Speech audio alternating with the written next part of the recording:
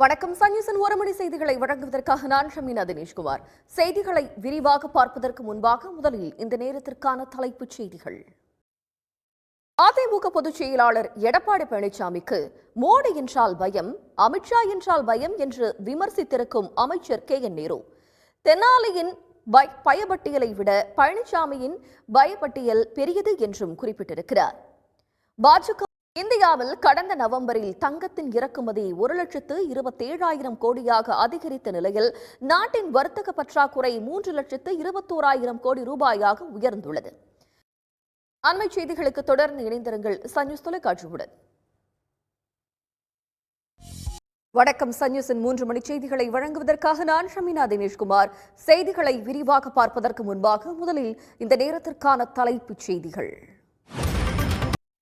ஒரே நாடு ஒரே தேர்தல் முறை கூட்டாட்சி தத்துவத்தை சிதைத்துவிடும் என்று எச்சரித்திருக்கும் இந்தியா கூட்டணி கட்சிகள் அதனை அறிமுக நிலையிலேயே எதிர்ப்பதாகவும் கூறியுள்ளன. நாடாளுமன்றம் சட்டம் செய்திகளில் தொடர்வது சிறிய இடைவேளை. வங்கதேசத்தில் அதிகரித்து வரும் இந்துக்களுக்கு எதிரான வன்முறையை தடுத்து நிறுத்த கோரி இந்தியா கூட்டணி எம்பிக்கள் ஆர்ப்பாட்டத்தில் ஈடுபட்டனர். அதிமுக பொதுச் செயலாளர் எடப்பாடி பழனிசாமிக்கு மோடி என்றால் பயம், அமித்ஷா என்றால் பயம் என்று விமர்சித்துள்ள அமைச்சர் KN நேரு, தெனாலியின் பயப்பட்டியலை விட பழனிசாமியின் பயப்பட்டியல் பெரியது என்று குறிப்பிட்டுள்ளார். இந்தியாவில் கடந்த நவம்பரில் தங்கத்தின் இறக்குமதி 1,27,000 கோடியாக அதிகரித்த நிலையில் நாட்டின் வர்த்தக பற்றாக்குறை 3,21,000 கோடி ரூபாயாக உயர்ந்துள்ளது. அதிமுக அழியாமல் இருக்க வேண்டுமென்றால் பாஜக கூட்டணிக்கு வர வேண்டும். பாஜகவுடன் இணைந்து தேர்தலை சந்தித்தால்தான் அதிமுக வெற்றி பெறும் என்று அமமுக பொதுச் செயலாளர் TTV தினகரன் தெரிவித்திருக்கிறார்.